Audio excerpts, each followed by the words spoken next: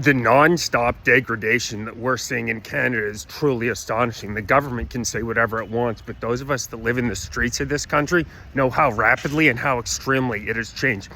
The happy country, the veneer of friendliness that you used to associate with Canada is totally gone. If you live in any of the inner cities in this country, it is filled with open crack smoking, with extremely violent, clearly criminal people. Many people wearing full head coverings. You can't see their eyes whatsoever. The Canadian government, I guarantee you, undersells the amount of violence that we're seeing on our streets, as well as the amount of convicted criminals in this country that they are not currently aware of. The government itself admits that 17,600 criminals have been admitted to the country in the past 10 years alone, which on its own is a shocking statistic. But when you've allowed 8 million people into the country in a decade, and despite the fact that a record high 60% of Canadians are against immigration right now, the highest it's ever been, they continue. I don't understand how you can say Canada is a democratic country when the vast majority of the population wants no more immigration. Not only are they allowing immigration to continue, they're going to allow between permanent and temporary residents 1.5 million people into the country in 2025 alone. It's the idea that Canada is a democracy is a total sham. The will of the people is not being heard whatsoever. It's the will of the global elite. But what just the proof is in the pudding. If you have lived in Canada for the entirety of your life and you are in any major city, I have lived in Toronto, I have lived in Montreal, and I have lived in Ottawa. The degradation in many neighborhoods is jaw-dropping. It's like it's a dystopia. The number of clearly mentally ill or violent people walking around. I live only a couple blocks east of the Parliament building, and the amount of open crack smoking and open mental illness is shocking. It's really shocking to see, and it's a direct result of these liberal policies that put the onus on the prosecution to get somebody bail. So you have the bail system is so lax. The criminals are just continually let on the street again and again and again. In Vancouver, 150 people committed 6,000 crimes in the year 2024.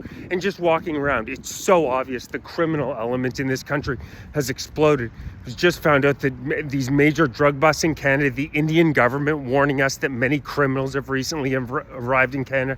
And regardless of what the data says, because I'm sure to a degree, the Canadian government cooks the books and the stats are actually way worse than they are because of this lax, soft on crime policy. They say, just in our streets on a day-to-day basis, you can tell that the vibe has shifted rapidly. When you import millions of people from low trust societies and import them into high trust societies, what do you think? Demographics are destiny.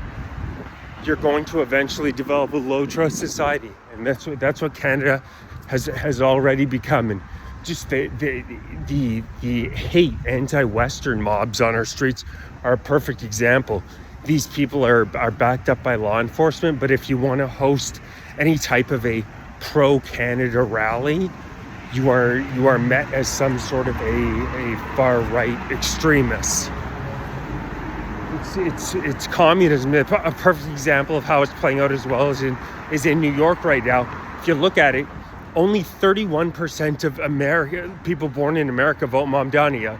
A jihadi communist would never win in New York, except now among Americans, among foreign-born Americans, he's getting 62% of the vote. So it also has a massive impact on the politicians that wind up getting elected, because they play identity politics all day.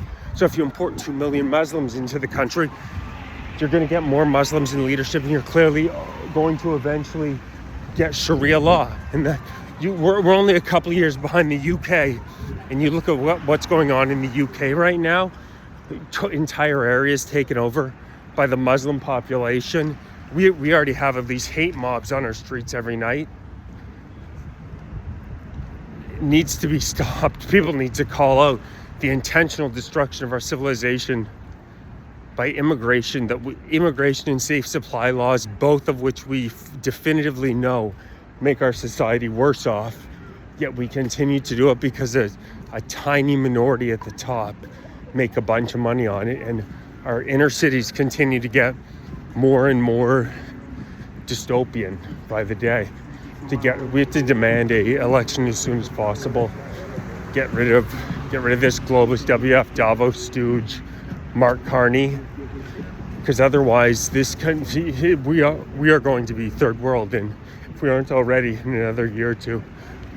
Please like, share, subscribe, comment, join, become a member. Really appreciate everybody who supports it.